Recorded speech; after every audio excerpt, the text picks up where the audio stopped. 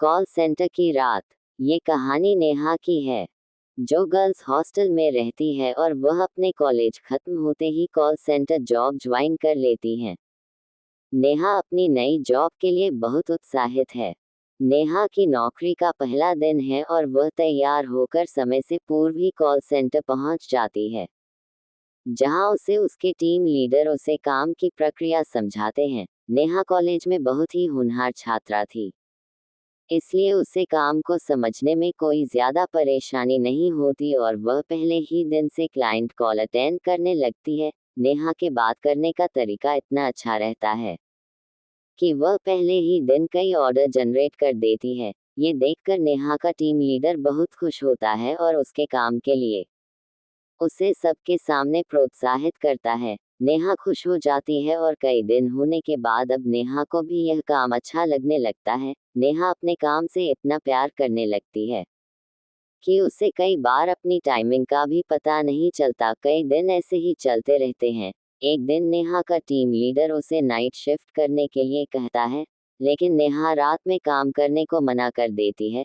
दरअसल call centre की रात को काम करने वाले स्टाफ में कमी आ जाती है, जिसकी वजह से नेहा को अप्रोच किया जाता है। काम की मजबूरी के चलते नेहा हाँ कर देती है और अगली रात 8 बजे से नेहा कॉल सेंटर पहुंच जाती है। नेहा जैसे ही अपना हेडफोन लगाती है, लेकिन वह इस कॉल को नजरअंदाज कर देती है। उसे लगता है यह जरूर किसी की शरारत होगी और वह रात की शिफ्ट खत्म करके सुबह अपने हॉस्टल पहुंचती है। हॉस्टल में नेहा खाना खाते वक्त टीवी देख रही होती है, तभी उसे खबर मिलती है कि उसके टीम लीडर की कार एक्सीडेंट में मौत हो गई है और ये देखते ही नेहा अपना खाना छोड़कर अपने कॉल सेंटर भागती है। वहां उसे पता चलता है कि उसके टीम लीडर नाइट शिफ्ट खत्म करके अपने घर जा रहे थे और रास्ते में ही एक ट्रक से उनका एक्सीडेंट हो गया और उनकी मौत हो गई। लेकिन नेहा इसलिए ज्यादा परेशान थी क्योंकि रात को जो कॉल आया था उसमें यही मैसेज था कि सुबह तुम्हारे टीम लीडर की कार एक्सीडेंट से मृत्यु हो जाएगी, और वह कॉल हकीकत में बदल चुका था, जिससे नेहा बहुत परेशान थी। वह सभी को ये बात बताना चाहती थी, लेकिन उसे अच्छे से पता है कि कोई उसकी बात का यकीन नहीं करेगा। नेहा पता करना चाहती है कि वह कॉल किसने किया था, इसलिए वह अपने एडमिनिस्ट्रेशन में जाकर कॉल डिटेल पता करती है। लेकिन जिस समय नेहा को कॉल आया था उस समय का कोई भी रिकॉर्ड मौजूद नहीं होता। इसका मतलब उस समय किसी क्लाइंट का कॉल नेहा को नहीं आया था। नेहा इस बात पर यकीन ही नहीं कर पा रही थी कि उस कॉल की वजह से ही उसके टीम लीडर की मौत हुई और वह परेशान होकर अपने हॉस्टल वापस लौट जाती है। सारा दिन परेशानी झेलने के बाद वह अपनी नाइट शिफ्ट के लिए तैयार होती है और कॉल सेंटर पहुंच जाती है। यहाँ उसके सहकर्मी पहले से ही काम कर रहे होते हैं और टीम लीडर के स्थान पर एक नए व्यक्ति को नियुक्त किया जाता है। नेहा जाते ही नए टीम लीडर से परिचय करती है और उसके बाद क्लाइंट कॉल अटेंड करने में लग जाती है। देखते ही देखते रात 12 बज जाते हैं और फिर उसे उसी तरह का एक और कॉल आता है और उसमें बताया जाता है कि आज रात 2 बजे कॉल सेंटर के सर्वर रूम में आग लग जाएगी, जिससे कॉल सेंटर का सारा क्लाइंट डाटा बर्बाद हो जाएगा और इससे कंपनी को बहुत नुकसान होगा। लेकिन नेहा इस बात को हल्के में नहीं लेती और अपने नए टीम लीडर से जाकर सारी बात बता दे दी है, और वह भी नेहा की बात पर भरोसा करते हुए सर्वर रूम का परीक्षण करता है। लेकिन वहां किसी तरीके की तकनीकी खराबी नहीं होती और वह नेहा से कहता है, यहाँ सब कुछ ठीक है, दुर्घटना होने का तो सवाल ही पैदा नहीं होता है। जरूर तुम्हें फर्जी कॉल आया होगा, तुम अपने काम में लग जाओ, इन सब बातों पर ध्यान मत दो। कॉल सेंटर में स्पैम कॉल आम बात है। और नेहा वापस कॉल अटेंड करने में लग जाती है। कुछ समय बाद जैसे ही 2 बजते हैं, सर्वर रूम में एक छोटा सा धमाका होता है और काम कर रहे सभी लोग भागते हुए वहां पहुंचते हैं और देखते ही देखते सारे कमरे में आग लग जाती है। टीम लीडर सभी से आग बुझाने को कहते हैं, तभी वहां रखे हुए पानी के कंटेनर से सभी आग बुझाने में कामयाब हो जाते हैं। लेकिन सर्वर रूम जलकर खाक हो चुका था और अब वहां कोई बैकअप नहीं किया जा सकता था, मतलब जो कॉल आया था वह पूरी तरह सच साबित हो चुका था और यह बात केवल नेहा और उसका टीम लीडर ही जानते थे। नेहा का टीम लीडर उसे अपने चैम्बर में बुलाता है और नेहा से पूछता है, तुम्हें ऐसे कॉल कब से आ रहे हैं? नेहा कहती है, जिस दिन से मेरे काम की शिफ्ट चेंज हुई। उसी रात 12 बजे पहला कॉल आया था, लेकिन मैंने उसे ज्यादा महत्व नहीं दिया था और जब उस कॉल में बताई गई बात सच हो गई तो मैं दूसरी कॉल आते ही आपके पास आई और यह घटना भी सच हो गई। टीम लीडर नेहा के साथ मिलकर योजना बनाता है और अगली रात 12 बजे के कॉल के लिए दोनों तैयार होते हैं, जिसमें एक ही कॉल को सुनने के लिए दोनों अलग अलग हेडफोन कनेक्ट करते हैं। तभी 12 बजते ही कॉल आता है और नेहा कॉल रिसीव करती है और साथ ही अपने टीम लीडर को भी इशारा करती है ताकि वह भी कॉल में बताई जा रही बातें सुन सके और दोनों हेडफोन लगा लेते हैं। नेहा की हेडफोन में आवाज आती है कि आज कॉल सेंटर के चौकीदार की मौत कट लगने से होगी और तभी नेहा डर वजह से हेडफोन निकाल देती है और टीम लीडर के चेम्बर में भागते हुए जाती है और कहती है, सर सुना आपने, आज हमारे कॉल सेंटर के चौकीदार की मौत होने वाली है।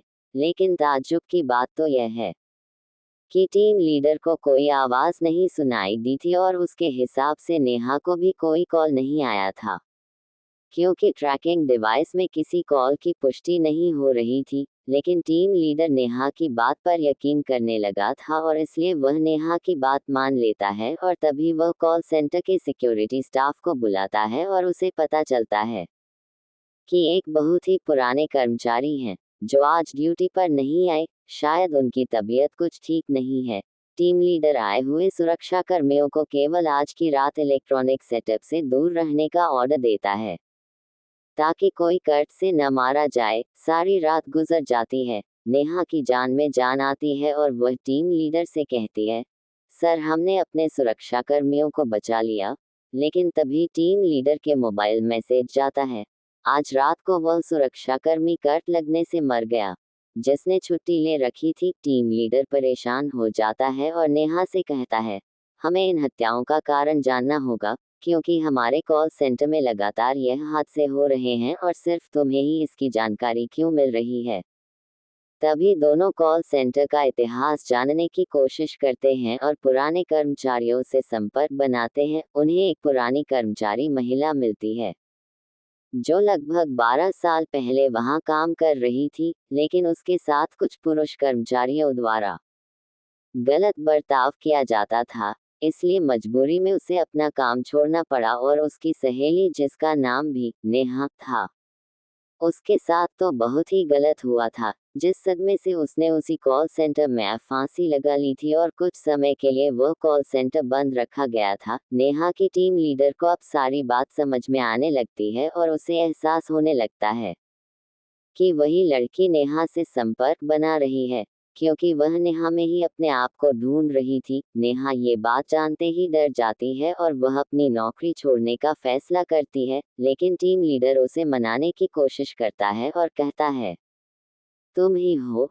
जो उससे संपर्क बना सकती हो और यदि तुम चली गई तो ये हादसे हमेशा होते रहेंगे और हमें पता भी नहीं चलेगा। जरा सोचो कितने निर्दोष लोगों की जान जा सकती है। और यह बात सुनते ही नेहा मन बना लेती है कि वह पता लगा कर रहेगी कि यह हादसे कैसे रोके जा सकते हैं और दोनों मिलकर एक व्यक्ति के पास जाते हैं जिसे वैज्ञानिक रूप से भूतों से संपर्क साधना आता था। वहां जाकर उस व्यक्ति से उन्हें पता चलता है कि जब तक उसका बदला शांत नहीं होगा वह ऐसे ही हत्या करती रहेगी, लेकिन यदि हम उसकी आत्मा का संपर्क कॉल सेंटर से अलग करने में कामयाब हो जाए तो हादसे रोके जा सकते हैं। लेकिन इसके लिए नेहा की जान को खतरा हो सकता था, क्योंकि उस वक्त नेहा को अकेले ही कॉल सेंटर में रहना होगा और जैसे ही वह नेहा से संपर्क करेगी तो उसे नेहा के शरीर के अंदर आने के लिए यह व्यक्ति विवश कर देगा और उसे नेहा के शरीर के अंदर रखते हुए